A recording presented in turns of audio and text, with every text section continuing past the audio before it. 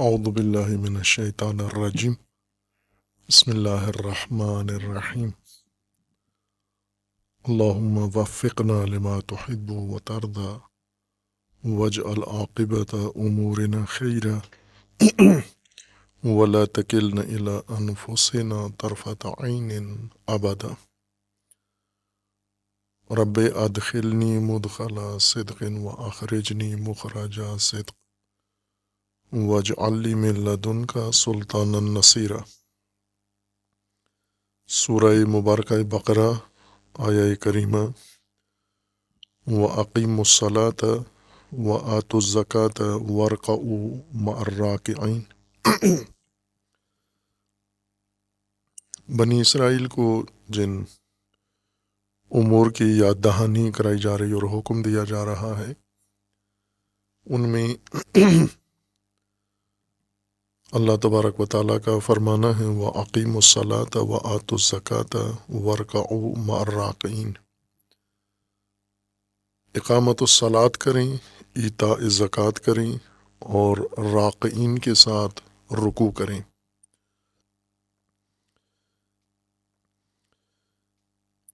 چونکہ بنی اسرائیل کو باقاعدہ طور پر پیروان تورات کو بالخصوص و اسی طرح پیروان انجیل کو باقاعدہ طور پر رسول اللہ صلی اللہ علیہ وآلہ وسلم نے دعوت دی ہے اسلام کی، ایمان کی، کہ جیسے پہلے سابقہ اپنے انبیاء پر اور ان کی کتابوں پر تمہارا ایمان تھا، اب اس وقت اللہ کی طرف سے رسول خاتم صلی اللہ علیہ وآلہ وسلم اور آسمانی کتاب کے طور پر قرآن حجت ہے تمہارے لیے، اور اس پر ایمان لائیں، اسے قبول کریں اور اس کے سامنے تسلیم ہوں۔ وَأَقِیمُوا الصَّلَاةَ وَآتُوا الزَّکَاةَ وَارْکَعُوا مَعَ الرَّاکِعِینَ۔ چونکہ جس نظام کی طرف، دین کی طرف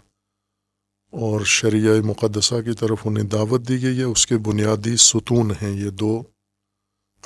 اقامت الصلاۃ و ایتاء الزکوٰۃ۔ اور یوں نہیں کہ فقط یہ دو چیزیں انہیں بتائی جا رہی ہیں، لیکن باقی صیام ہے، حج ہے و دیگر جو واجبات اللہ تبارک و تعالیٰ نے مقرر فرمائے ہیں مومنین کے لیے، اہل قرآن کے لیے، اس میں یہ شامل نہ ہو، یعنی فقط اقامت الصلاۃ کا حکم ہے و ایتاء الزکوٰۃ کا حکم ہے، بلکہ یہ اس عنوان سے ہیں چونکہ یہ دونوں بنیادی ستون ہیں، اور قرآن کریم نے جہاں پر بھی مومنین کو دعوت دی ہے یا انسان کو یا کفار کو دعوت دی ہے، غیر مسلم کو، ایمان کی طرف، ایمان کے بعد پہلا حکم اقامت الصلاۃ ہے، اور اقامت الصلاۃ اکثر موارد میں اس کے ساتھ ایتاء زکوٰۃ کا بھی حکم موجود ہے۔ یہ تین چیزیں اکثر آیات کے اندر ایک ساتھ اللہ تبارک و تعالیٰ نے بیان کی ہیں، ایمان، اقامت الصلاۃ اور ایتاء الزکوٰۃ۔ لیکن تبیین میں، تفسیر میں اور تبلیغ میں، تعلیم میں انہیں علیحدہ کر دیا گیا ہے، جس طرح قرآن نے ان کے درمیان تناسب ذکر کیا تھا، اور ترتیب اور ترکیب ان کی قرآن کریم نے ذکر کی ہے، تعلیم و تبلیغ میں وہ ترکیب ختم کر دی گئی ہے اور انہیں ایک دوسرے سے جدا کر دیا گیا ہے، مجزا کر کے علیحدہ علیحدہ واجبات کے طور پر انہیں ذکر کیا گیا ہے۔ اور دوسرا یہ کہ اقامت الصلاۃ و ایتاء الزکوٰۃ اور اسی طرح رکوع مع الراکعین کو بعض مصادیق کے ساتھ مختص کر دیا گیا ہے، بجائے معانی کے مصادیق کو معانی کی جگہ پر قرار دیا گیا ہے کہ اگر یہ مصادیق جو معروف مصادیق ہیں ایتاء الصلاۃ کے اور ایتاء الزکوٰۃ و اقامت الصلاۃ کے، اگر انہیں انسان بجا لائے، خواہ بنی اسرائیل اسلام قبول کریں اور وہ یہ مصادیق بجا لائیں، یا جو پہلے سے ایمان لائے ہیں مشرک تھے اور مومن ہو گئے ہیں، یا آج کے موجودہ انسان اگر وہ یہ مصداق ان دونوں بنیادوں کا ایک مصداق ان کا بجا لائیں تو اسے کافی سمجھا جاتا ہے، چونکہ وہ تمام معنی اقامت الصلاۃ کا اور ایتاء الزکوٰۃ کا اسی مصداق کے اندر منحصر کر دیا گیا ہے۔ اقامت الصلاۃ یعنی نماز پڑھنا، نماز اور نماز کے بجا لانے کا جو معروف طریقہ ہے، یعنی اقامت الصلاۃ کا جو مصداق بیان کیا گیا ہے اس طرح سے کہ گویا اقامت الصلاۃ منحصر ہے اسی ایک فرد کی یا مصداق کے اندر، اور اس کا معنی بھی نماز پڑھنا کیا گیا ہے، ترجمہ اس کا نماز کیا گیا ہے، اور نماز بجا لانے کا طریقہ مصداق ٹھہرایا گیا ہے اقامت الصلاۃ کا۔ اور اسی طرح ایتاء الزکوٰۃ بھی معینہ مقدار میں مال مخصوص چیزوں کے اندر اس کو منحصر کر دیا گیا ہے، ایتاء الزکوٰۃ کو اس مصداق کے اندر۔ اور رکوع بھی ایسا ہی ہے، وَارْكَعُوا مَعَ الرَّاكِعِينَ، نماز کے اندر ایک مخصوص رکن نماز کا فعل ہے جسے رکوع کہتے ہیں، قیام کے بعد اور سجدے سے پہلے، وہ ایک مصداق ہے رکوع کا، اور رکوع کو بھی اسی کے اندر منحصر کیا گیا ہے۔ تمام تفاسیر میں، تراجم میں اور جتنی بھی قرآن سے استفادہ شدہ مطالب ہیں ان سب کے اندر تقریباً کیفیت ایک جیسی ہے۔ جبکہ پہلے بھی بیان ہوا ہے ان دونوں مصادیق، بلکہ تینوں معارف کے متعلق تفسیر یا معنی پہلے بیان کیا گیا ہے، ایمان، اقامت الصلاۃ اور ایتاء الزکوٰۃ۔ رکوع وہ مطلب ہے جو پہلی دفعہ تفسیری اس ترتیب کے لحاظ سے زیر باس آیا ہے، یعنی پہلی آیت ہے جس میں یہ جملہ استعمال ہوا ہے، اور اس کے بعد ہوگا کثرت سے باقی موارد میں استعمال ہو۔ اور یہی بنیادی الجھن ہے قرآن شناسی و قرآن فہمی میں کہ معانی الفاظ کے، اصطلاحات کے تشخیص دیے بغیر رائج، معروف اور مانوس مصادیق کو معانی کا درجہ دے دیا جاتا ہے، اور پھر ساری بات اس مدار اور اس مصداق کے محور میں انجام پاتی ہے، تمام خصوصیات مختص کر دی جاتی ہیں اسی مصداق کے ساتھ۔ یہ تشخیص دیے بغیر کہ معنی کیا تھا اور اس معنی کا کہ مصادیق کتنے ہیں، اور ان مصادیق میں سے معروف مصادیق کون سے ہیں اور دوسرے مصادیق کون سے ہیں۔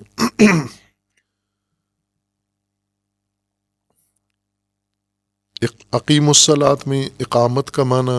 پہلے کر رہے ہیں صراط مستقیم میں،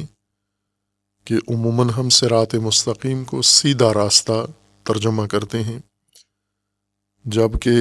اقامہ کا مطلب سیدھا نہیں ہوتا، قائم کھڑا کرنے کو، نصب کرنے کو، استوار کرنے کو کہتے ہیں، یا قیام ایک حالت ہے انسان کی بھی ہے اور انسان کے علاوہ باقی اجسام کی بھی ہے، اور قیام مختص نہیں ہے مادی امور کے ساتھ، بلکہ غیر مادی معنوی امور بھی قیام سے اپنے لحاظ سے متصف ہوتے ہیں۔ اور مستقیم اگر سیدھا معنی کریں بھی تو وہ سیدھ لمبائی میں افقی سیدھ نہیں ہے بلکہ عمودی سیدھ ہے۔ صراط مستقیم افقی راستہ نہیں ہے بلکہ عمودی راستہ ہے، یعنی نقص سے کمال کی طرف جانا ہے انسان نے، صلاحیت سے کمال کی طرف جو مسیر راستہ معین کیا گیا ہے وہ صراط مستقیم ہے۔ لہٰذا اگر اس کی سید معنی کیا بھی جائے تو وہ سید افقی نہیں ہے، ہاریزنٹل نہیں ہے، بلکہ یہ عمودی ہے۔ عمودی یعنی زمین سے آسمان کی طرف جو چیز ہو، جس کا رخ اوپر کی طرف ہو، اس کو عمود کہتے ہیں۔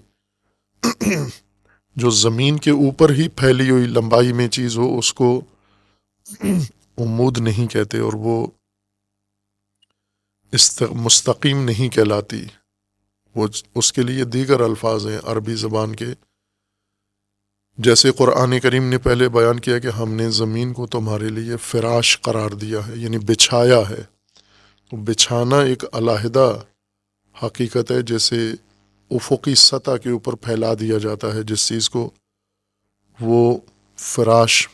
کا معنی دیتی ہے وہ چیز۔ اقامہ کھڑا کرنے کو کہتے ہیں، نصب کرنے کو کہتے ہیں۔ اور صلاۃ کا ترجمہ ہم نماز کرتے ہیں، اور نماز عبادت معینہ معروفہ کے لیے استعمال ہوتا ہے یہ لفظ۔ اور یہ پہلے بیان کر رہے ہیں کہ نماز کا لفظ ترجمہ فارسی میں اس وقت ہوا کہ جب مسلمانوں نے ایران کو تسخیر کر لیا اور اپنی دعوت ایرانیوں میں عام کی، فارسی زبانوں میں، اور انہیں اقامت الصلاۃ ان کے ساتھ انہیں بھی حکم دیا اور خود بھی انہیں سکھایا، تو انہیں یہ لگا کہ یہ عمل جو مسلمان اقامت الصلاۃ کے نام پر کرتے ہیں یہ ایرانیوں کے لیے مانوس چیز تھی، اجنبی نہیں تھی۔ وہ یہ کام پہلے سے انجام دے رہے تھے، لہٰذا انہوں نے اس کا یہی ترجمہ کیا کہ یہ تو وہی ہماری نماز ہے،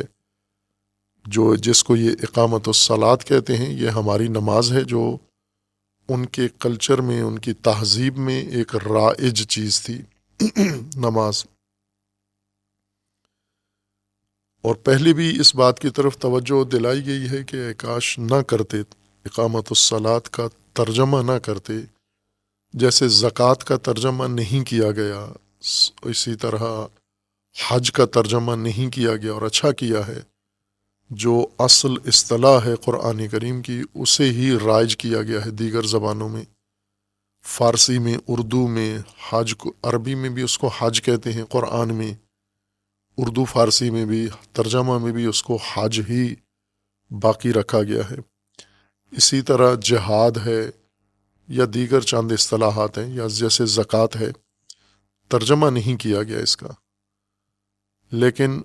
دو عبادتیں معروف ایسی ہیں جن کا ترجمہ کیا گیا ہے۔ اس ترجمے نے بھی اصل حقیقت و ماہیت کو تبدیل کر دیا گیا ہے، اس کے بارے میں ذہنیت۔ ایک صوم کا ترجمہ کیا گیا ہے روزہ، اور دوسرا صلاۃ کا ترجمہ کیا گیا ہے نماز۔ نماز اسلام کے تبلیغ سے پہلے ایرانیوں کے اندر، بلکہ رسول اللہ صلی اللہ علیہ وآلہ وسلم کے مبعوث ہونے سے پہلے، آپ کی ولادت باسعادت سے بھی پہلے،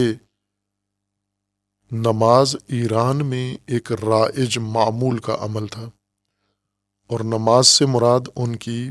یہ تھی کہ بادشاہوں کے مقابلے میں جا کر جھکنا، ان کے سامنے تسلیم ہونا، سر خم کرنا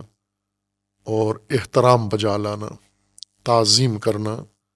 اس عمل کو وہ نماز کہتے تھے۔ اور ہزاروں سال سے جب ایرانی جب سے ثقافت تھی یا ان کی زبان تھی پہلوی، اس کے اندر یہ عمل بھی معمول تھا اور یہ لفظ بھی اس عمل کے لیے استعمال کرتے تھے۔ مثلا بادشاہ کے سامنے نماز بجا لاتے تھے،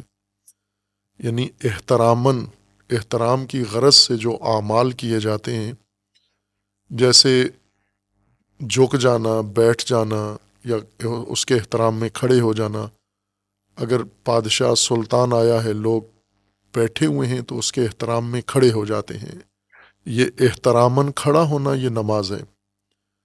اور اسی طرح اگر بادشاہ پہلے سے بیٹھا ہوا ہے اور باہر سے دوسرے افراد بادشاہ کے سامنے پیش ہوئے ہیں تو وہ اس کے سامنے جھک جاتے ہیں یا اس کے سامنے آ کر زمین پر بیٹھ جاتے ہیں، یہ نماز کہلاتی ہے۔ اس کے اندر تعظیم و احترام ہونا ضروری ہے، یعنی کوئی بھی ایسا عمل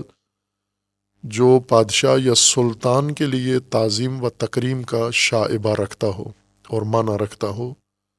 اسے نماز کہتے تھے۔ اعراب نے جب ایران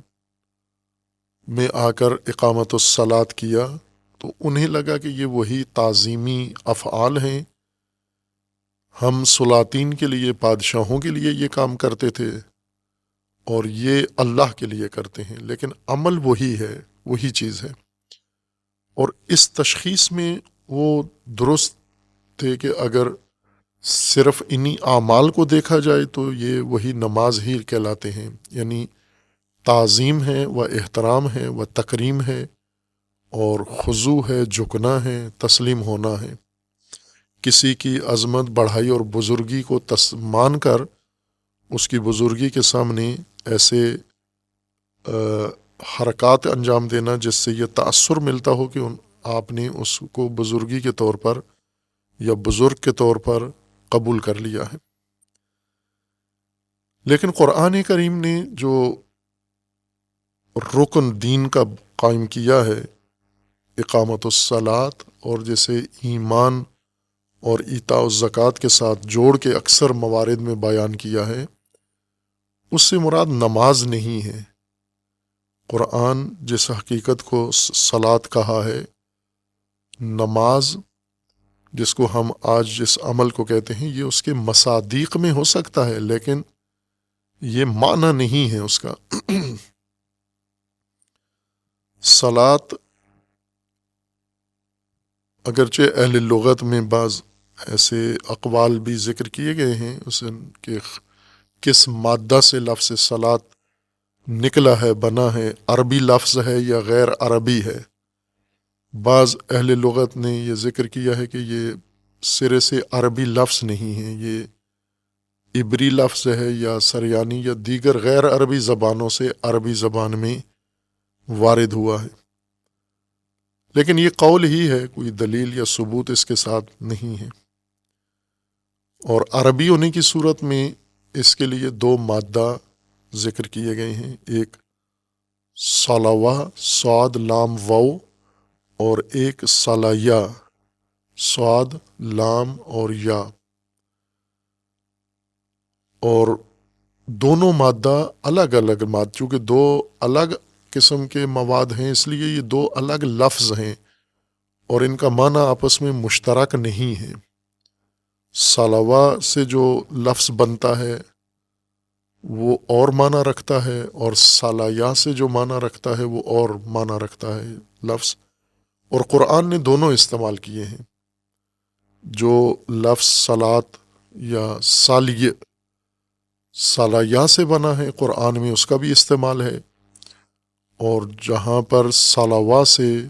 لفظ بنا ہے اس کا بھی استعمال ہے۔ لفظ صلاۃ جس کا ترجمہ عموماً نماز کیا جاتا ہے،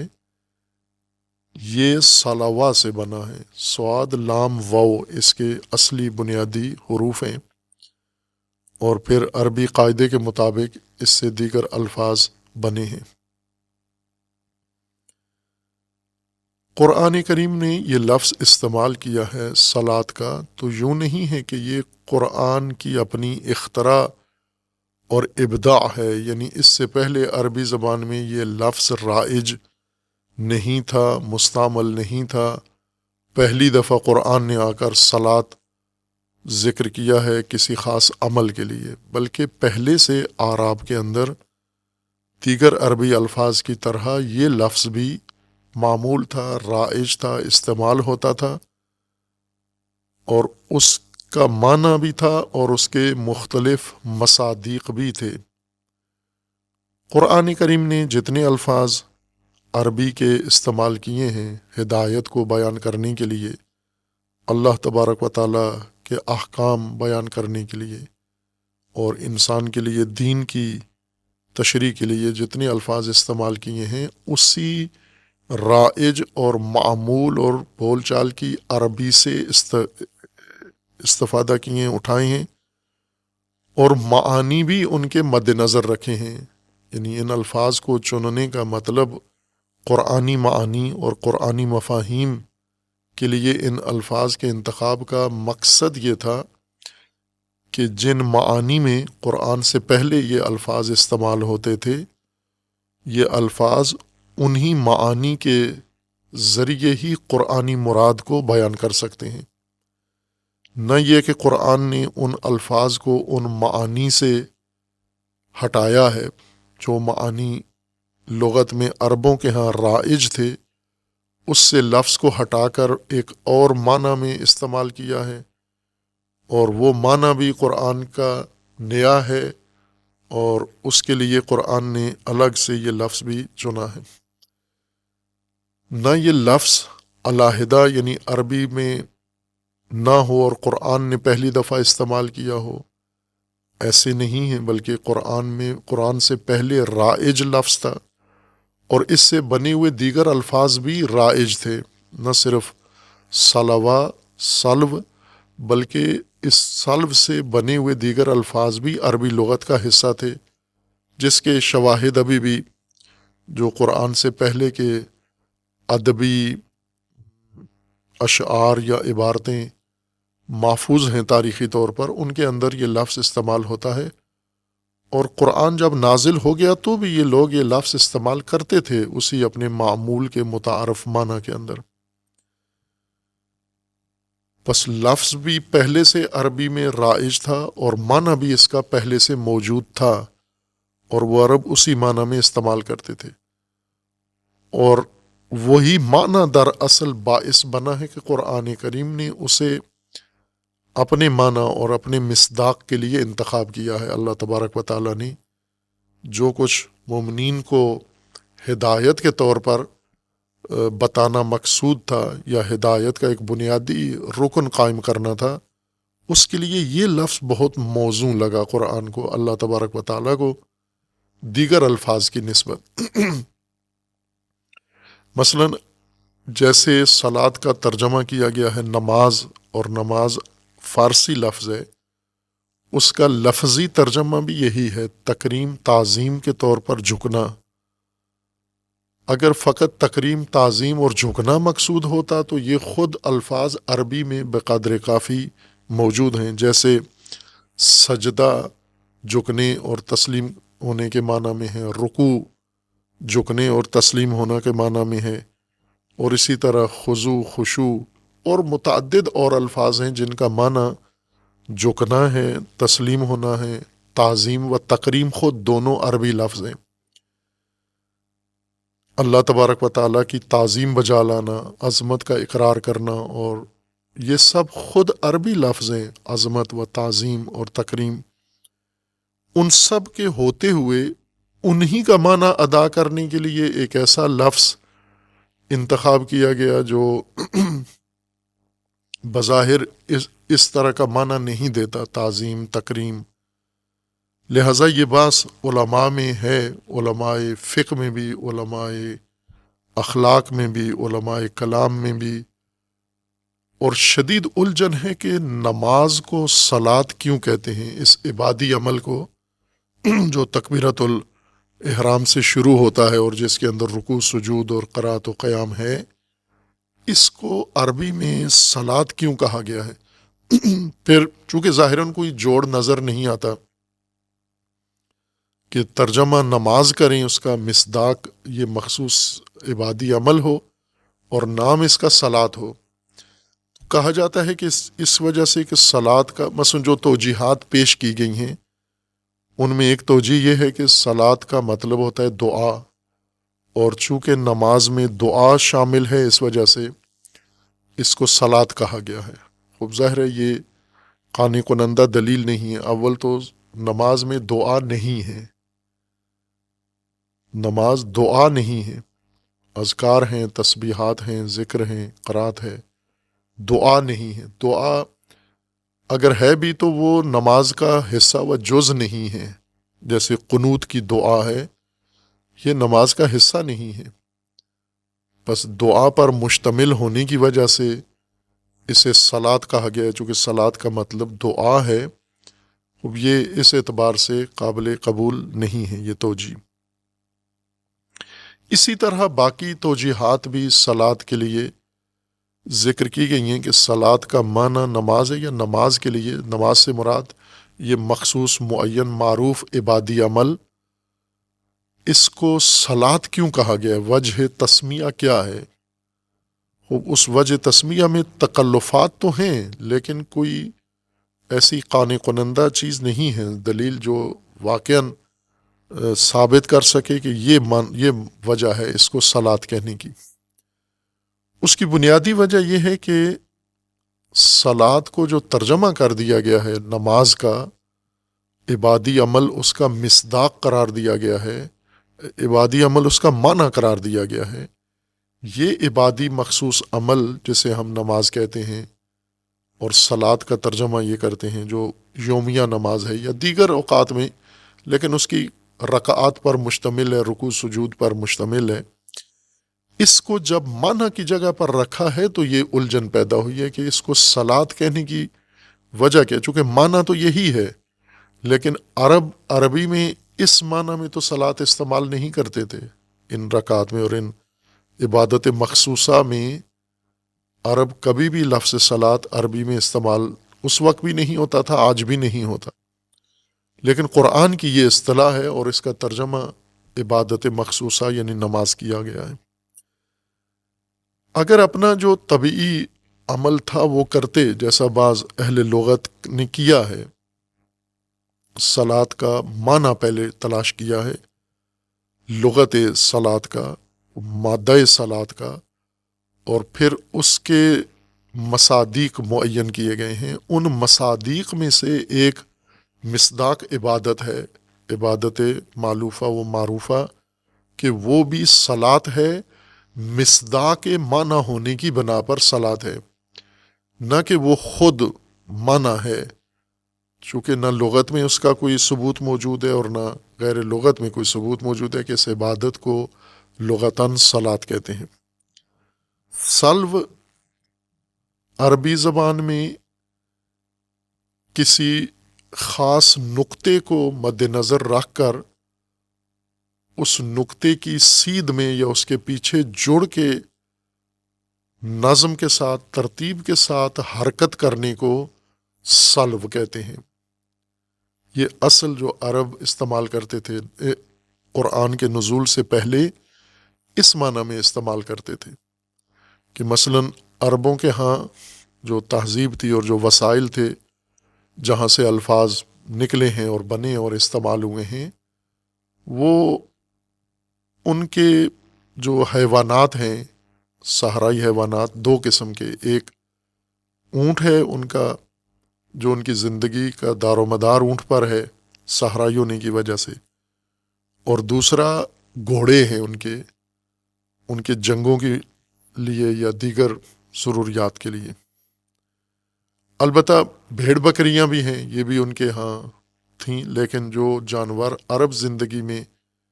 بنیادی کردار رکھتا ہے، ان کی زندگی کا جز ہے اور بہت اہم جز ہے، وہ یہ دو جانور ہیں، اونٹ اور گھوڑا۔ اونٹوں کو یہ سامان اٹھانے کے لیے، یا چونکہ خانہ بدوش تھے، عربی زندگی، صحرائی زندگی، جہاں بھی صحرا ہیں وہاں طبعی طور پر زندگی خانہ بدوشی ہی ہوتی ہے، چونکہ صحرائی لوگ پورا سال تمام موسم میں ایک نقطے پہ نہیں رہ سکتے۔ صحرائی موسم بعض موسموں میں اس کا ایک حصہ قابل برداشت ہوتا ہے اور بعض موسم میں دوسرا حصہ پرسکون ہوتا ہے یا اس کے اندر رہائش کی سہولت ہوتی ہے، لہٰذا یہ جگہیں بدلتے رہتے تھے، گرمیوں میں کسی اور نقطے کی طرف چلے جاتے تھے، سردیوں میں کسی اور خطے میں چلے جاتے تھے، پڑاؤ ڈال لیتے تھے، مستقل اپنے گھر باقاعدہ نہیں بناتے تھے، گھر بھی ان کے خیموں کی صورت میں ہوتے تھے،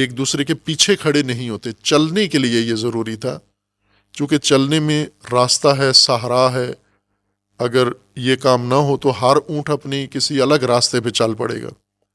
اس لیے اونٹوں کو ایک جہت میں رکھنے کے لیے یہ ترتیب ان کی ضروری تھی۔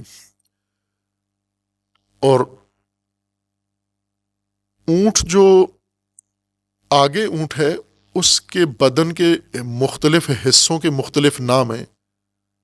عربی زبان میں۔ ہمارے نزدیک سارا اونٹ ہے، ہم ترکیب کے ساتھ اونٹ کا کان، اونٹ کا سر، اونٹ کی گردن، اونٹ کی ٹانگ، اردو میں نام نہیں ہے، اونٹ ساتھ بولنا پڑتا ہے۔ ٹانگ ایک عام لفظ ہے اور اونٹ کی ٹانگ کہنے کے لیے ہمیں ساتھ اونٹ کا لفظ تکرار کرنا پڑتا ہے۔ عربی زبان میں ایسے نہیں ہے، عربی زبان میں اونٹ کے ہر حصے کے لیے الگ مختص لفظ ہے۔ یہ اس کے اس پچھلے حصے کے لیے، پشت کے لیے، جہاں دم ہے اس کی اور کوہلے ہیں، اس کو عربی زبان میں سلو کہتے ہیں۔ سلو،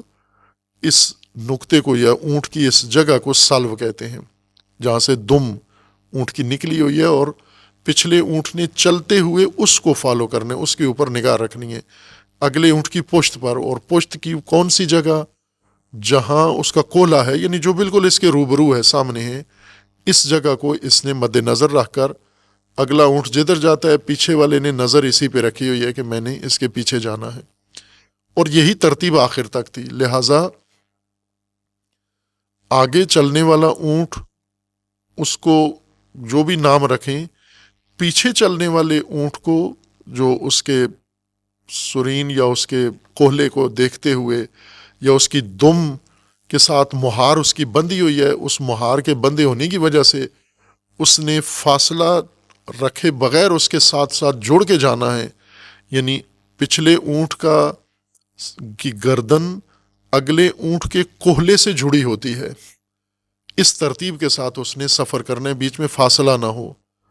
اس پچھلے اونٹ کو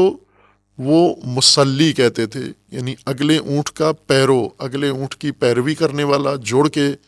اس کے ساتھ جانے والا۔ حرکت کی ضروری ہے، کھڑے ہوتے ہوئے اونٹ آگے پیچھے کھڑے ہو جائیں، یہ سل یہ نہیں ہے۔ سلو حرکت میں اس ترتیب کے ساتھ حرکت کرنے کو سلو کہتے ہیں، اور یہی حکم ان کا گھوڑوں کے بارے میں بھی تھا، خصوصاً جب گھوڑے،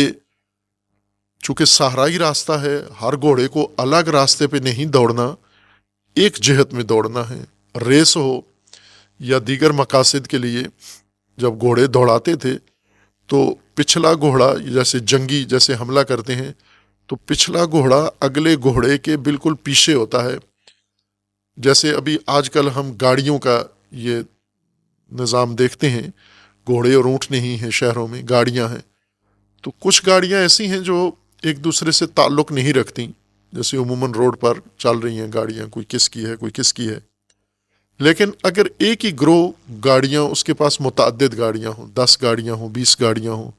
جیسے سرکاری عہدیدار، سرکاری حکمران اور افسران جب حرکت کرتے ہیں تو ان کے ساتھ متعدد گاڑیاں چلتی ہیں، یہ ساری گاڑیاں باقاعدہ تربیت ہوتی ہے ان کے ڈرائیوروں کو، چونکہ گاڑی میں تو شعور نہیں ہے، تربیت یافتہ نہیں ہے، گاڑی کے اندر بیٹھا ہوا ڈرائیور تربیت یافتہ ہے، اس سے یہ تاکید کی جاتی ہے کہ آپ نے جب اس کنوائی کے ساتھ، اس کاروان کے ساتھ چلنا ہے تو آپ کی گاڑی کس نمبر پر ہو اور کس فاصلے سے چلے، کس گاڑی کو آپ نے فالو کرنا ہے، اور بیچ میں کوئی اور گاڑی آنے نہیں دینا۔ یہ آج بھی یہ کام رائج ہے جو انجام پایا جاتا ہے، یعنی گاڑی کے پیچھے دوسری گاڑی لگا کے حرکت کرنی، دوسرے کے پیچھے گاڑی لگا کے پارکنگ میں کھڑی کرنے کو سلو نہیں کہتے۔ سلو یہ ہے کہ اگلی گاڑی کی پشت کے طرف ساتھ جڑی ہوئی پچھلی گاڑی اور حرکت میں راستے میں اسی سمت میں جائے جہاں اگلی گاڑی جا رہی ہے۔ اس گھوڑے کے اس دوڑ کے لیے یا گھوڑوں کے سفر کے لیے بھی عرب یہی لفظ استعمال کرتے تھے کہ اگلا گھوڑا اس کی سلو کو پچھلا گھوڑا اتباع کر رہا ہوتا ہے، پچھلا گھوڑا اس کے پیچھے اگلے گھوڑے کی سلو کو پیروی کر رہا ہوتا ہے، اس لیے اس گھوڑے کو جو پیچھے والا ہے اس کو مسلی کہتے تھے، یعنی اگلے گھوڑے کی سلو کے پیچھے جانے والا۔ خوب یہ ایک عمل تھا جو عربوں کے ہاں رائج تھا، یہ معنی بھی تھا اور مصداق بھی اس کے تھے، متعدد تھے گھوڑوں اور اونٹوں کے ساتھ، پھر مختص نہیں تھا بلکہ انسانوں کے چلنے کے لیے بھی، کہ بس اوقات انسانوں کو بھی اسی ترتیب سے چلانا پڑتا ہے، جیسے آج بھی ہوتا ہے کہ بعض اوقات انسانوں کو ایک ترتیب کے ساتھ چلایا جاتا ہے۔ منتشر انسان، ریوڑ کی طرح کے انسان، بکھرے ہوئے انسان، ایک دوسرے سے غیر مربوط انسان، ان کا کوئی نظم نہیں ہوتا، جیسے عموماً سڑکوں پہ گلیوں میں لوگ اپنے اپنے مقاصد کے لیے جا رہے ہوتے ہیں، کوئی آ رہا ہے، کوئی جا رہا ہے، کوئی تیز جا رہا ہے، کوئی آہستہ جا رہا ہے، لیکن بعض اوقات ایک جمعیت کو، ایک مرکز سے متصل لوگوں کو، ایک سلسلے سے جڑے ہوئے لوگوں کو ایک خاص راستہ پہ چلایا جاتا ہے، جیسے عموماً احتجاجات ہوتے ہیں، مظاہرے ہوتے ہیں، ریلیاں ہوتی ہیں یا پریڈیں ہوتی ہیں، فوجی پریڈ ہوتی ہے، تو ایک جہت سے جڑے ہوئے لوگوں کو چلایا جاتا ہے، حرکت دی جاتی ہے اور ان کے درمیان ترتیب پیدا کی جاتی ہے کہ انہوں نے اس ترتیب سے چلنا ہے، جیسے پریڈ کرنی ہے، چونکہ راستہ بھی ان کا معین ہے، کہاں تک جانا ہے یہ بھی معین ہے، کس رفتار سے جانا ہے یہ بھی معین ہے، کتنے فاصلے سے جانا ہے یہ بھی معین ہے، اس لیے اس چلنے کو، اس طرح کے چلنے کو عرب کے لغوی معنی کے لحاظ سے اس کو بھی سلو کہتے ہیں، یعنی آگے چلنے والا شخص، اس کی پشت پہ دوسرا شخص ہوتا ہے، اس کی پشت پہ تیسرا شخص ہوتا ہے، اور اسی طرح پشت پہ پشت، یہ ایک لمبی لائن میں سیدھ میں سارے لوگ حرکت کرتے ہیں یہ۔ اور ظاہر آراب جیسے جانوروں میں یہ ترتیب خود ایجاد کرتے تھے، جانوروں کو سدھاتے تھے کہ اس طرح سے چلیں، لہٰذا کچھ جانور ایسے تھے جو ان کے مسلی نہیں تھے، یعنی تربیت یافتہ، ترتیب کے ساتھ چلنے والے، پیروی کرنے والے، سدھائے ہوئے نہیں ہوتے تھے، چموش، باغی قسم کے اور الڑ قسم کے جانور ہوتے تھے، انہیں نہیں کہتے تھے، بلکہ جانور خریدتے ہوئے، جیسے گھوڑا کوئی خریدتے ہیں یا جانور اونٹ خریدتے ہیں تو تصدیق کرتے تھے کہ یہ تربیت یافتہ ہے یا نہیں ہے، یعنی یہ گھوڑا دوسرے گھوڑوں کی سلو میں جانے کے لیے تربیت پائی ہوئی ہے اس نے یا نہیں پائی ہوئی، چونکہ جانور مزاجی فطری طور پر تو ایسے نہیں ہوتے، انہیں سکھایا جاتا ہے، سدھایا جاتا ہے، جیسے پہلے تعبید کے عبدیت کے معنی میں کہا تھا کہ عربی لفظ ہے اور قرآن کے نزول سے پہلے یہ اپنے معنی میں استعمال ہوتا تھا،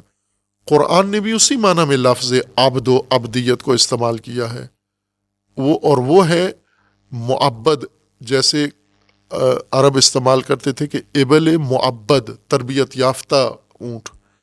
اور معبد وہ ہے جس کو انہوں نے سدھا لیا ہے، جس کو انہوں نے اپنے اشاروں پہ تربیت دے لیا ہے، یعنی جو سامان اٹھاتا ہے، اشارہ کریں بیٹھ جاتا ہے، اشارہ کریں اٹھ جاتا ہے،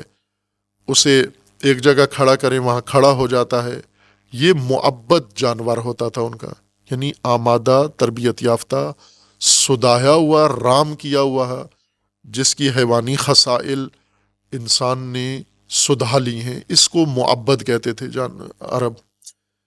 اسی طرح طریق، ناہموار راستہ جس پہ چلنا اونٹوں کے لیے ناممکن تھا، تو پہلے اس کے نشیب و فراز کو بھرا جاتا تھا، اس کے پتھر اور روڑے اور سنگریزے اٹھائے جاتے تھے، اس راستے، ناہموار راستے کو ہموار جب کرتے تھے،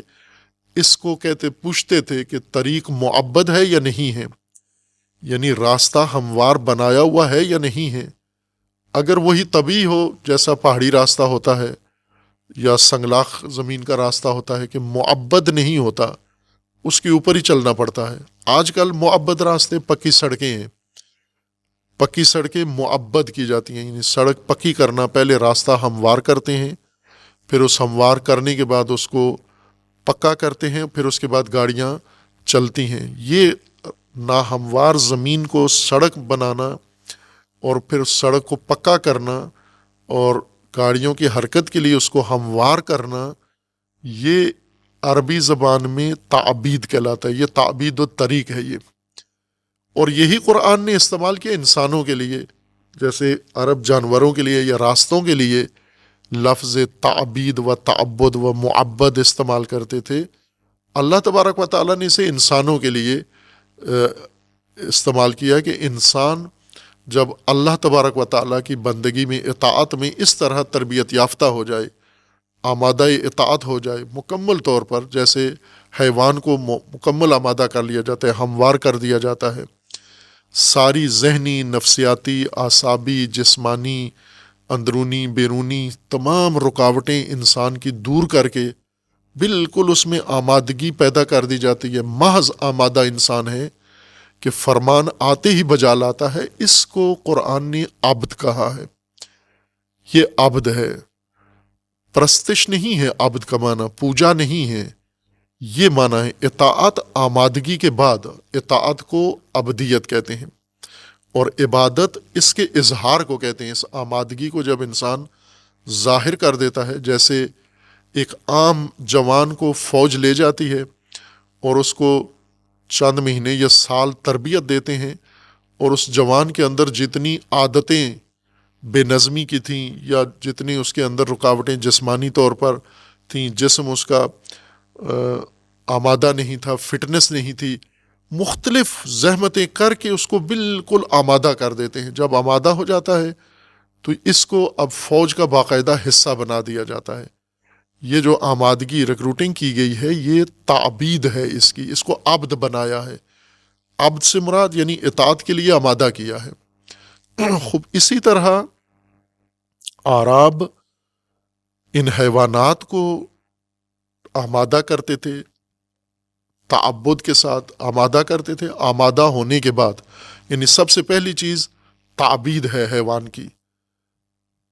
کون سا حیوان مسلی ہوگا یعنی پیروی کرنے والا، اگلے حیوان کی سلب کو کون سا حیوان پیچھے اس کے جوڑ کے رہے گا، پیروی کرے گا، جو تعبید کے مرحلے سے گزر چکا ہے، یعنی جس کو پہلے انہوں نے آمادہ کر لیا ہے۔ ہر گھوڑا اگلے گھوڑے کے پیچھے نہیں چلتا، بلکہ جو سدھائے ہوئے گھوڑے نہیں ہیں وہ عموماً ایک دوسرے کو کاٹنا شروع کر دیتے ہیں یا ایک دوسرے کے اوپر پھلانگنا شروع کر دیتے ہیں۔ معبد گھوڑے ہیں جو بالکل گردنیں جھکائے ہوئے اور رام کھڑے رہتے ہیں، گھنٹہ ایک جگہ پر کھڑا رہتا ہے اور وہ پاؤں بھی نہیں ہلاتا۔ یہ تعبید کے مرحلے سے گزرے ہوئے گھوڑے ہیں۔ وہ گھوڑے جو جنگ میں یا دوڑ میں، مقابلے میں، دیگر مقاصد کے لیے استعمال کرتے تھے، پہلے مرحلہ تعبید عبدیت سے گزرتے تھے، یعنی آمادگی، اطاعت کی آمادگی پیدا کی جاتی ہے۔ جب اطاعت کی آمادگی اس میں آ جاتی ہے، اب اسے عمل سلب کے لیے تربیت آمادہ کیا جاتا ہے، یعنی دوسرے اپنے ہم نو یا دوسری قطار کے گھوڑے کے پیچھے جانے کی اس کو تربیت دی جاتی ہے۔ اب ظاہر ہے کہ یہ ساری قطار آگے کسی انسان کی رہنمائی میں جا رہی ہوتی ہے، آگے چرواہا جا رہا ہوتا ہے یا اونٹوں کا مالک جا رہا ہوتا ہے یا قبیلے کا کوئی بڑا انسان جا رہا ہوتا ہے یا جو بھی رہنما ہے ان کا وہ جا رہا ہوتا ہے، لیکن باقی سب نے ایک ترتیب بنا کر، قطار بنا کر اس کے پیچھے حرکت کرنی اور اپنی منزل پر پہنچنا ہے۔ اس کو عرب سلو کہتے تھے۔ یہ سلوا کا معنی تھا اور رائج معنی تھا، یوں نہیں کہ نایاب لفظ تھا، کثرت سے استعمال ہوتا تھا ان معانی کے اندر۔ اب قرآن کریم نے لوگوں کے لیے، مومنین کے لیے، انسان کے لیے ہدایت کا منشور بنایا ہے۔ ہدایت کے منشور کے لیے جو طریقہ کار قرآن نے رکھا ہے، اس طریقہ کار کے لیے اس کے مراحل ہیں مختلف۔ ان مراحل کے لیے جو الفاظ چنے ہیں قرآن نے، استعمال کیے ہیں، انہی عربوں کے ہاں رائج الفاظ جن معانی میں عرب استعمال کر رہے تھے، وہی معانی قرآن نے بھی مراد لیے ہیں۔ لیکن فرق یہ ہے کہ وہ جانوروں کے لیے یا صحرائی راستے کے لیے یا چراگاہوں کے لیے حرکت میں یہ لفظ استعمال کرتے تھے، قرآن نے ان کو الہی منشور کے مطابق، الہی راستے کے مطابق، الہی دستور کے مطابق، الہی مقصد کے لیے اور الہی ترتیب کے ساتھ چلنے کے لیے انسانوں کے لیے اس معنی کو استعمال کیا ہے۔ یعنی مصداق در حقیقت قرآن نے اپنا اس کے لیے بنایا ہے، جو پہلے عربوں میں رائج نہیں تھا۔ عربوں میں لفظ بھی تھا، معنی بھی تھا، اور وہ لفظ و معنی استعمال ہوتا تھا اس معنی میں، لیکن مصادیق اس کے عربوں کے وہی کلچرل یا ثقافتی مصادیق تھے جن کی طرف اشارہ کیا ہے، یعنی جانوروں کے لیے استعمال کرتے تھے، گھوڑوں کے لیے استعمال کرتے تھے، اونٹوں کے لیے استعمال کرتے تھے، یا ریوڑ کے لیے، یا کبھی کبھار انسانوں کے لیے بھی جب انہیں ترتیب سے چلانا مقصود ہوتا۔ اور آج اس کے نئے مصادیق آ گئے، یعنی گھوڑوں کے بجائے گاڑیاں آ گئی ہیں۔ آج سلو کے ساتھ یعنی حرکت صلاتی، صلات بنیادی طور پر حرکت کا نام ہے، صلات کھڑے ہونے کا نام نہیں ہے، وقوف کا نام نہیں ہے، چلنے کا نام صلات ہے، حرکت کا نام صلات ہے۔ لیکن ایسی منظم حرکت جو اجتماعی حرکت ہے، اکیلے حرکت کرنے کا نام صلات نہیں ہے۔ یعنی ایک گھوڑا اگر جا رہا ہے تو یہ سلو نہیں کر رہا، یا سلو کی پیروی نہیں کر رہا، یا مسلی نہیں کہلائے گا ایک گھوڑا۔ اس کے لیے جماعت چاہیے، متعدد افراد ہوں اور ان میں حرکت ہو، حرکت ایک معین سمت میں ہو، اس معین سمت کے لیے، حرکت کے لیے ان میں ترتیب ہو، اور یہ سارا عمل سلو کا ان سے انجام دلوانے کے لیے پہلے ان کی تعبید ہو، پہلے ان کو اطاعت اور اس کام کے لیے آمادہ کیا جائے۔ وہ آمادگی عبدیت کہلاتی ہے۔ یعنی یوں نہیں ہے کہ پیدائشی طور پر جیسے پیدا ہوئے ہیں اسی طرح انہیں لا کے قطاروں میں کھڑے کر دیں تو یہ قطاروں میں چلنا شروع ہو جائیں گے۔ نہ جانور ایسے کرتے ہیں، نہ انسان ایسے کرتا ہے، فطری طور پر، طبعی طور پر ایسے نہیں چلتے۔ انہیں باقاعدہ اس چیز کی تربیت دی جاتی ہے، اور ان کے اندر جو رکاوٹیں ہیں، مزاجی رکاوٹیں، ذہنی رکاوٹیں، اندرونی رکاوٹیں، وہ ساری دور کرنا پڑتی ہیں۔ قرآن کریم نے جو معنی اضافہ کیا ہے اور مخصوص معنی قرآن کے ساتھ ہے، وہ یہ کہ اللہ تبارک و تعالیٰ نے ان کو ہدایت دی، اور اس ہدایت کا محور اطاعت ہے اللہ کی، عبدیت ہے خدا کے لیے، فقط خدا کی اطاعت۔ اس کے لیے فقط اللہ کی اطاعت کے لیے انہیں کافی ہموار کرنا پڑے گا، چونکہ یہ کچھ دوسرے لوگوں کی اطاعت، دوسرے بتوں کی اطاعت، اشیاء کی اطاعت اور مختلف چیزوں کی اطاعت کے عادی ہو چکے ہیں۔ وہ ساری عادتیں ان سے ختم کروانی پڑیں گی۔ یہ تعبید کا عمل ہے، پہلے عبدیت ان میں پیدا کرنی ہے۔ جب عبدیت ہو جائے، ان میں اطاعت کے لیے آمادہ ہو جائیں، اب ان سے حرکت صلاتی انجام دلوانی ہے، یعنی زندگی، انداز زندگی، طرز زندگی صلاتی ہو، ان کا انفرادی نہ ہو، ریوڑ کی طرح نہ ہو جدھر جس کا منہ آئے اٹھ کے چلا جائے، صلاتی ہو۔ صلاتی یعنی چونکہ عباد ہیں، عبد ہیں، لہٰذا ان کا صلات میں منسلک ہونا آسان ہے۔ عبد نہ ہوتے تو پھر ایک دوسرے کے پیچھے کھڑا ہونا، ایک دوسرے کے پیچھے چلنا، ایک قطار میں چلنا، منظم چلنا، معین ہدف کی طرف چلنا، معین راستے پر چلنا، یہ دشوار تھا ان کے لیے۔ اس لیے پہلا قدم یوں نہیں کہ سیدھا آ کے اس کو صلات میں کھڑا کر دو، قطار میں کھڑا کر دو، بلکہ اس کو پہلے عبد بناؤ، پہلے اس کو تعبید کرو، پہلے اس کی ناہمواریاں ختم کرو، پہلے اس کے اندر آمادگی پیدا کرو۔ جب آمادگی پیدا ہو جائے پھر یہ صلاتی حرکت میں اس کا حصہ بن جاتا ہے۔ اور یہ صلاتی حرکت ظاہر ہے اس کے معنی کے اندر ہی اجتماعیت شامل ہے، کہ سب ایک جگہ پر ایک قطار بنا کر، ایک صف بنا کر، ایک نظم پیدا کر کے آپ کے لیے آگے جو امام مقرر کیا گیا ہے، جو پیشوا آپ کا آگے کھڑا کیا گیا ہے، جو آپ کو جہت دے گا، چونکہ صراط طے کرنا ہے، آپ نے راستہ طے کرنا ہے، اس راستے کا آپ کو علم نہیں ہے، اس لیے ایک آگے پیشوا ہے آپ کا، اس نے آگے ایک، چونکہ وہ راستے سے آشنا ہے، منزل سے آشنا ہے، اس نے آگے چلنا ہے، آپ نے اس کی پیروی کرنی ہے، اس کی اطاعت کرنی ہے، ہو بہو جو وہ کرتا چاہتا ہے آپ ادھر ہی کرتے جاؤ، جدھر وہ مڑتا ہے آپ ادھر مڑ جاؤ، جہاں وہ رکتا ہے آپ رک جاؤ، جہاں وہ چلتا ہے آپ چلتے جاؤ۔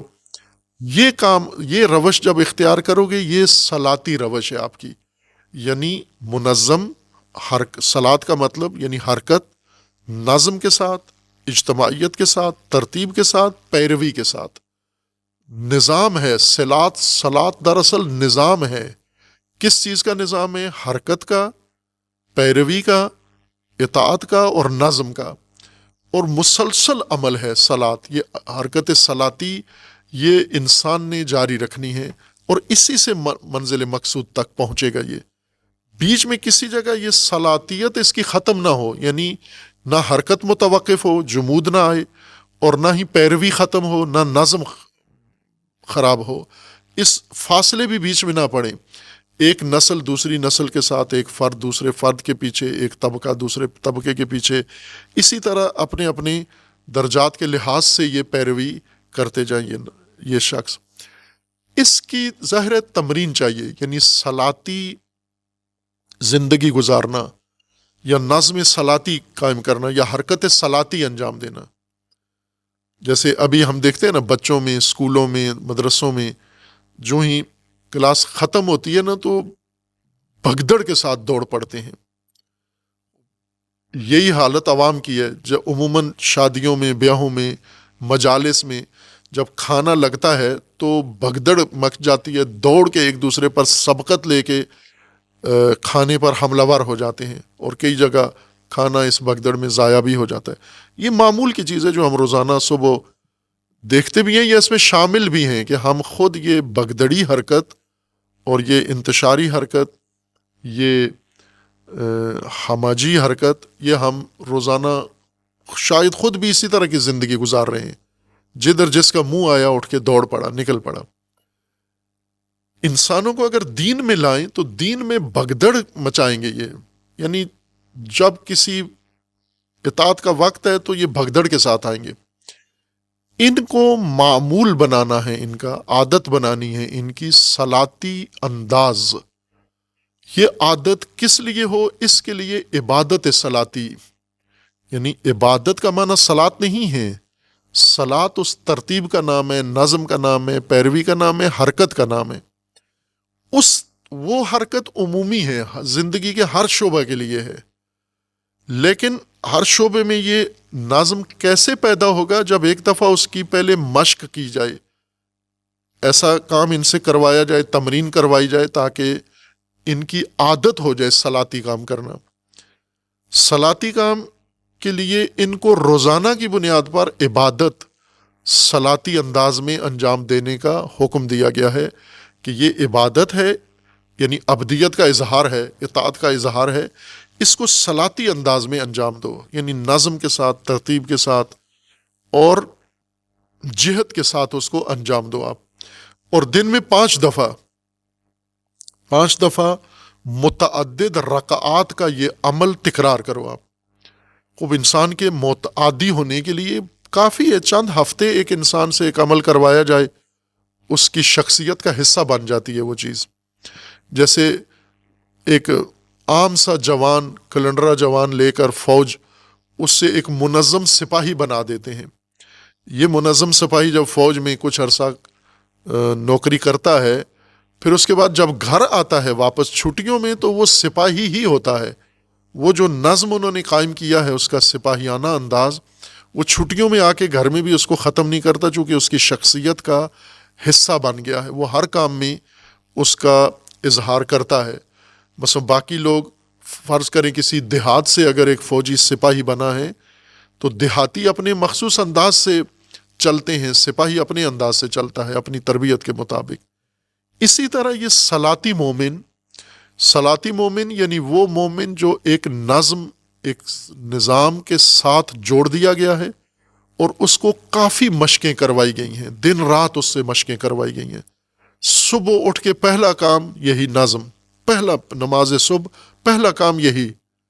صلاۃ صبح ہے، پہلا کام یہ ترتیب، شروع یہاں سے کرو آپ، اور اس ترتیب کے ساتھ آپ پھر پورا دن آپ نے گزارنا ہے۔ اور ظاہر ہے کہ یہ ترتیب آپ کے اندر ابھی ہے نہیں، لہٰذا اس کو تھوڑے تھوڑے وقفے کے بعد تکرار کرنا ہے عبادت میں آ کر۔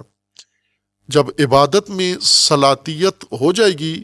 مضبوط ہو جائے گی، قائم ہو جائے گی، کھڑی ہو جائے گی، صلاحیت ایک نظام کے طور پر آپ کی جز بن جائے گا، پھر باقی حصوں میں خود ہی صلاحیت آ جائے گی۔ یعنی عبادت میں اگر صلاحیت آ گئی ہے تو باقی امور خود ہی صلاحی ہو جائیں گے۔ یعنی جیسے تعلیم ہے، تربیت ہے، کھانا ہے، پینا ہے، معاشرت ہے، کسب و کار ہے، جنگ ہے، صلح ہے، سفر ہے، معاملات ہے، لین دین ہے، یہ ساری چیزیں، تعلقات، یہ سب صلاتی ہو جائیں گے. یہ سب کے سب ایک ہم آہنگ طریقے سے انجام پائیں گے، ایک نظم میں آ جائیں گے یہ سارے امور. اس لیے یہ صلاۃ جو عبادت ہے، صلاۃ یہ مشق ہے، ایک طرح کی صلاتی زندگی کی مشق ہے، یہ تمرین ہے، یہ کہ اس سے انسان کے اندر پوری صلاتی قابلیت پیدا ہو جاتی ہے ساری زندگی کو اس طرح سے انجام دینے کے لیے. اس لیے قرآن کریم نے اس کے لیے صلاۃ کے لیے لفظ قرات نہیں رکھا، قرات الصلاۃ، یا عمل فعل الصلاۃ بھی نہیں رکھا، بلکہ اقامت الصلاۃ ہے. صلاۃ اقامہ کرنا ہے آپ نے. اقامہ جب صلاۃ ہو جائے، صلاۃ اقامہ یعنی یہ امور، یہ خصوصیات آپ کی زندگی میں نظم بن جائیں، نظام بن جائیں، اور آپ میں رچ بس جائیں. آپ اس نظام میں رچ بس جائیں، یہ نظام آپ میں رچ بس جائے. ابھی مثلا ہم اپنے ملک میں دیکھیں تو لا قانونیت ہے، بے نظمی ہے. لوگ نہ ٹریفک کے قانون کی مراعات کرتے ہیں، نہ رفت و آمد کے قوانین کی مراعات کرتے ہیں، نہ تجارتی قوانین کی، لین دین کی. جیسے جس کا جی چاہتا ہے کرتا ہے. بعض دیگر ملکوں میں ہم جا کر دیکھیں، ہر چیز کا بہت دقیق نظم ہے. سارے کام لائنوں میں کھڑے ہو کے کرتے ہیں. ایئرپورٹ پر پہنچے پہلی لائن، گاڑی میں بیٹھنا ہے لائن، ہوٹل میں جانا ہے، دکان میں جانا ہے. کسی کے حق سے دوسرا تجاوز نہیں کرتا. یہ اقامہ اس کو کہتے ہیں کہ قانون اقامہ ہو گیا ہے، قائم کر دیا گیا ہے قانون. یعنی قانون نصب ہو گیا ہے، قانون کھڑا ہو کر، استوار ہو کر قائم ہو چکا ہے. اور قائم قانون کی علامت یہ ہے کہ سب اس قانون کے مطابق زندگی گزار رہے ہیں. لیکن ہمارے ہاں اقامہ نہیں ہوا قانون ابھی ہمارا پائمال ہے.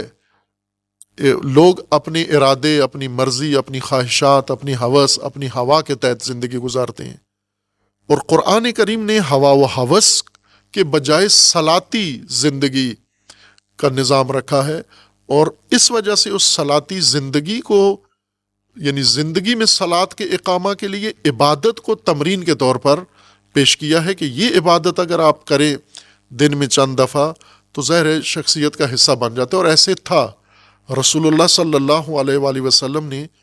جتنی امت تربیت کی، وہ اسی صلاتی امت جب بنائی تو اسی عبادت کے ذریعے سے بنائی. یعنی وہ مسجد میں آتے، اقامت الصلاۃ کرتے، یعنی عبادت میں صلاۃ قائم کرتے، پھر یہی تمام امور میں اسی نظم کے ساتھ رہتے. وہ کسی جگہ بھی ایک دوسرے سے سبقت نہیں لیتے، آگے پیچھے ایک دوسرے کو پچھاڑتے نہیں تھے، ایک دوسرے کے مد مقابل نہیں آتے تھے. جب رخ سب کا ایک طرف ہے، قبلہ رخ ہے، امام آگے ہے، آپ پیچھے ہیں، تو آپس میں چپکلش کا کوئی معنی ہی نہیں بنتا. چونکہ ہم سب ایک امام کے پیچھے جا رہے ہیں جو جہاں وہ ہمیں لے جائے، اور اس پر ہمیں اعتماد ہے، ایمان ہے. ایمان اس لیے ضروری ہے کہ یہ سب کچھ پہلے آپ کے لیے فراہم کیا گیا ہے کہ آپ نے اعتماد کر لیا، ایمان ہے آپ کا، بھروسہ کر لیا، تصدیق کر دی ہے، یقین حاصل کر لیا ہے کہ یہ راستہ درست ہے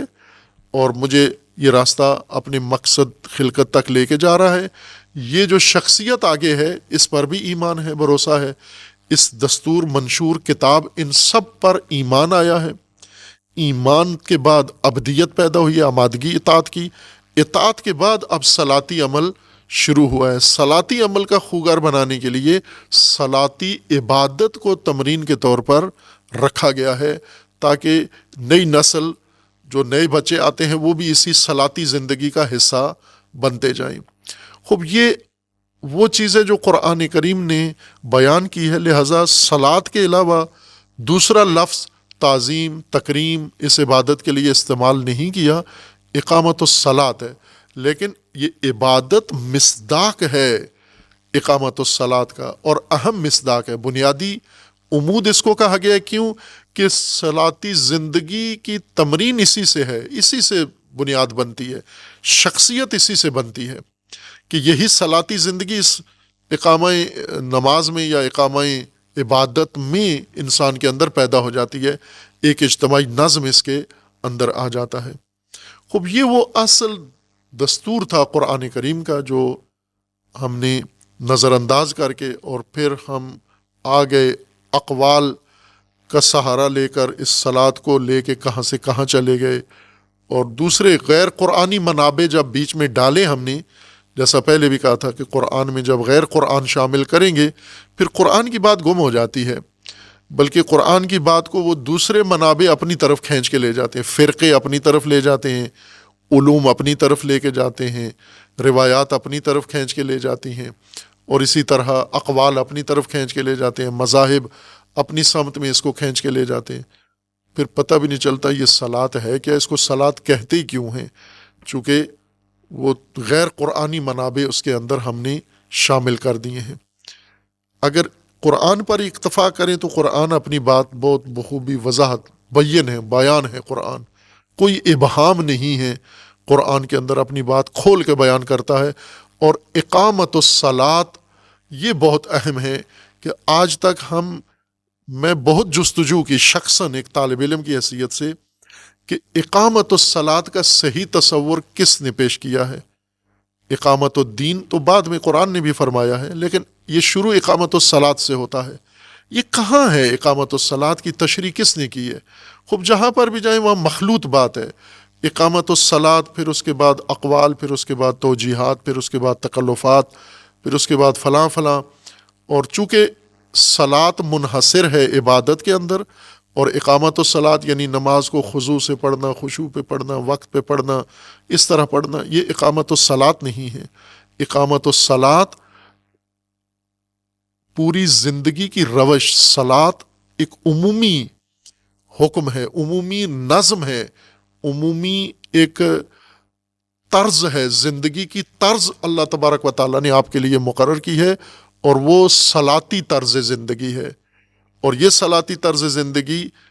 آشنا تعلیم اس کی انسان اس عبادت میں پاتا ہے، اس لیے اس عبادت کو بہت اہمیت دی گئی ہے، اس کو مرکزیت دی گئی ہے، چونکہ سارا دار و مدار صلاتی مومنانہ زندگی کا